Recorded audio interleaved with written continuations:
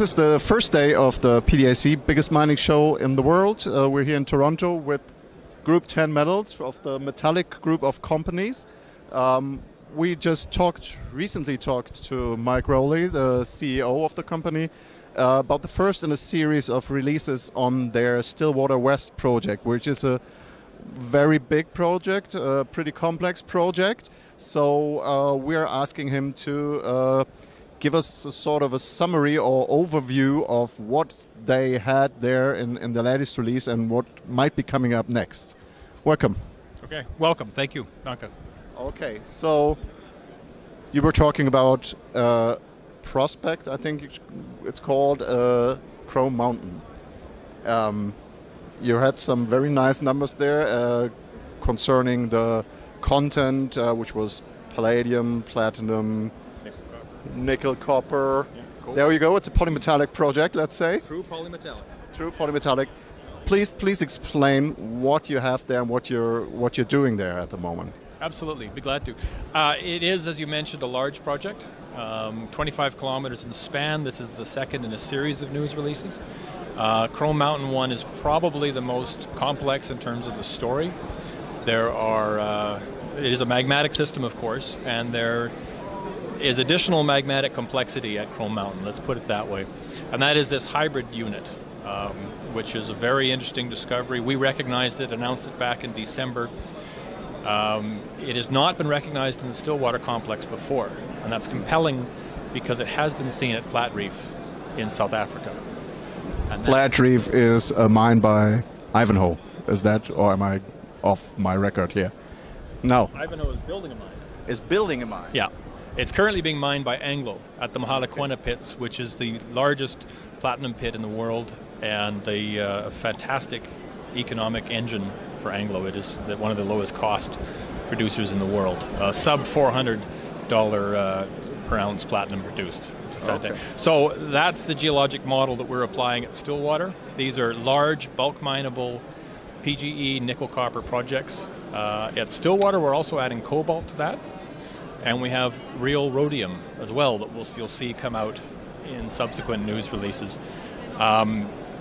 We have two broad target types. We have the high-grade reef that the area is known for. We also have these bulk mineable, bulk tonnage, Plat Reef style deposit targets, which has never been systematically looked for at Stillwater. And that's the key part of the point, is that we are the first to bring together this land position, 54 square kilometers, across that basal zone at Stillwater, all that historic mining activity and that known metal content, together with the historic database, 12,000 meters of core, and then the expertise to recognize this Plat Reef connection and bring it all together. At Chrome Mountain, back to the news release, you've got two deposit types that fit under that Plat Reef bulk tonnage target type. That's the hybrid unit, and that's also the basal zone, which we're talking about elsewhere across the property. That spans the 25 kilometers. And you've got those conductive highs that are lighting up with what we know is nickel copper sulfide, because we have drill results and we have rock samples.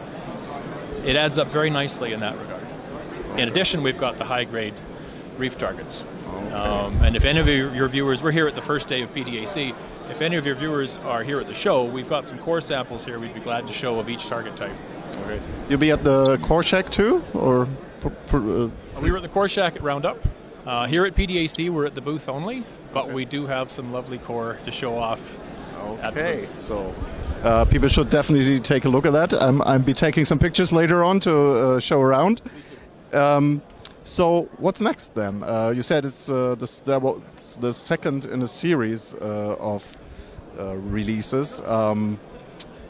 What are you going to talk, or what are you aiming to do this year? What are you going to talk about in the future?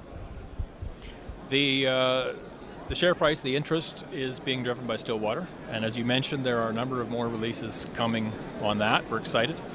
We're basically getting out the fruits of our labor of the past year as we've brought together this project and compiled it and modeled it, developed that predictive geologic model that will drive exploration this year. So several more releases in that regard as we work west to east across the property. And then we'll get into our plans for the year. And we've got some, I think, very positive things developing in that regard. We're excited. This will be our... Okay. We did some programs on the ground last year. I think you'll see more of us this year. And we've got news on our other assets as well, which are not... So I see you're not really at liberty to elaborate on your further programs now, but we'll be looking out for what's happening there, to be sure. Just a few quick words on the metallic group of companies. There's metallic minerals, which our audience obviously knows already about. There's Group Ten, and now there's Granite Creek. What's the purpose of having this group of companies, and perhaps a very short introduction on Granite Creek? I'd be glad to, yeah.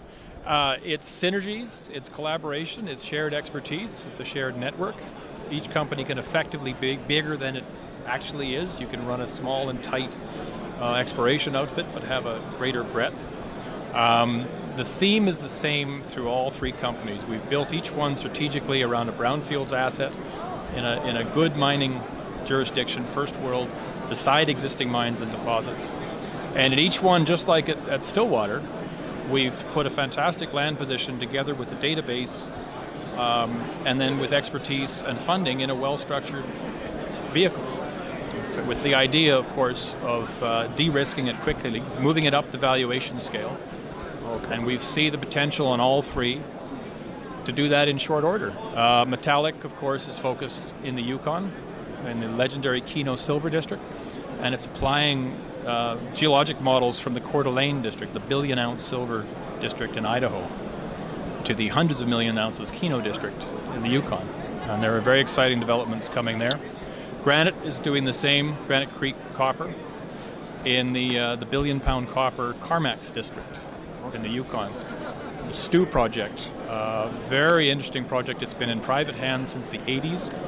It got separated from this fantastic database that includes 50 historic drill holes. We've brought those together, and we'll be applying some of the thinking from the district, and we're excited about the results in that regard.